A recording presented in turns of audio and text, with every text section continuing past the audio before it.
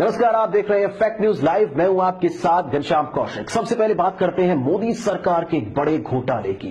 भ्रष्टाचार को लेकर कथित जीरो टॉलरेंस रखने वाली मोदी सरकार का स्वास्थ्य मंत्रालय, जिसने एम्स में हुए 7,000 करोड़ रुपए के घोटाले को दबा दिया।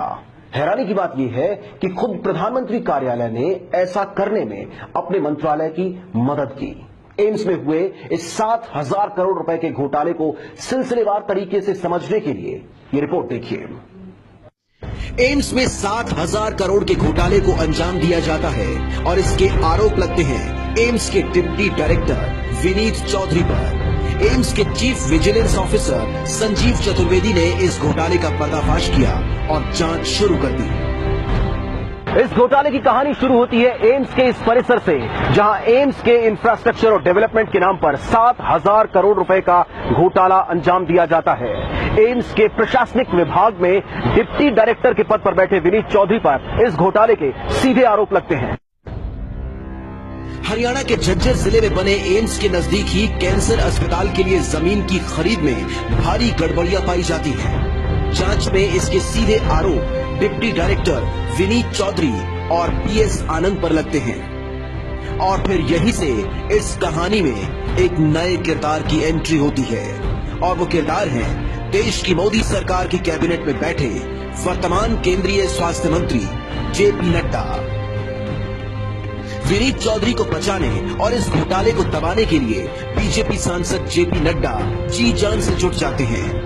इस घोटाले की जांच कर रहे एम्स के chief vigilance officer Sanjeev Chaturvedi को एम्स से बाहर निकालने और इस घोटाले की जांच से अलग करने के लिए जेपी नड्डा लगातार अलग अलग स्तर पर चिट्ठियां भेजना शुरू करते हैं। चाहे वो संसद की स्टैंडिंग कमेटी हो या फिर स्वास्थ्य मंत्रालय, इस घोटाले को दबाने के लिए बीजेपी सांसद जेपी नड्डा ने अपनी पूरी ताकत लगा दी, लेकिन बात बन नहीं रही थी।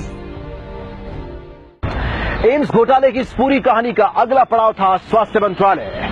जब जेपी नड्डा की गुजारिश को उस वक्त के स्वास्थ्य मंत्री डॉक्टर हर्षवर्धन ने मानने से इनकार कर दिया, तो पूरा मामला पहुंचा मोदी दरबार में। और फिर प्रधानमंत्री नरेंद्र मोदी ने डॉक्टर हर्षवर्धन को मंत्री पद से हटाकर इस स्वास्थ्य मंत्रालय की कमान जेपी नड्डा को ही सौंप दी। और फिर शुरू हुआ एम्स घोटाले को रफा दफा करने का खेल। इस घोटाले की जांच से विजिलेंस ऑफिसर संजीव चतुर्वेदी को अलग कर दिया गया था और इस घोटाले की फाइल को स्वास्थ्य मंत्रालय से निकालकर कार्मिक मंत्रालय को भेज दिया गया।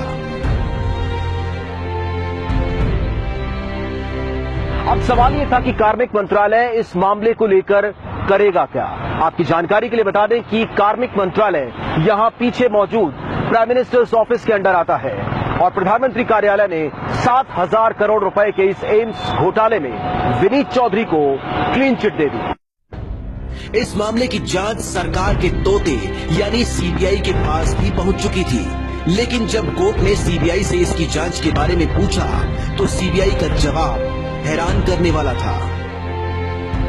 सीबीआई ने कोर्ट में कहा कि कार्मिक मंत्रालय और स्वास्थ्य मंत्रालय उसे जांच में सहयोग नहीं कर रहा है और उसे जांच के लिए जरूरी कागजात मुहैया नहीं कराए जा रहे हैं। याद रहे कि ये वही सीबीआई है जो बीजेपी की विरोधी पार्टियों के मुख्यमंत्री के दफ्तर तक पर छापे मार देती है, लेकिन जब बात बीजेपी के नेताओं के मंत्रालय की आती है तो यही सीबीआई पिंजरे का तोता बन जाती है। दिल्ली से कैमरामैन कृष्णा के साथ मैं Ghanshyam Kaushik, fact news live.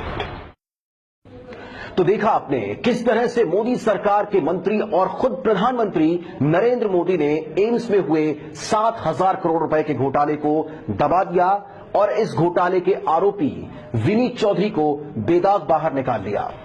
किसी ने ठीक ही कहा है, चोर चोर मौसेरे भाई।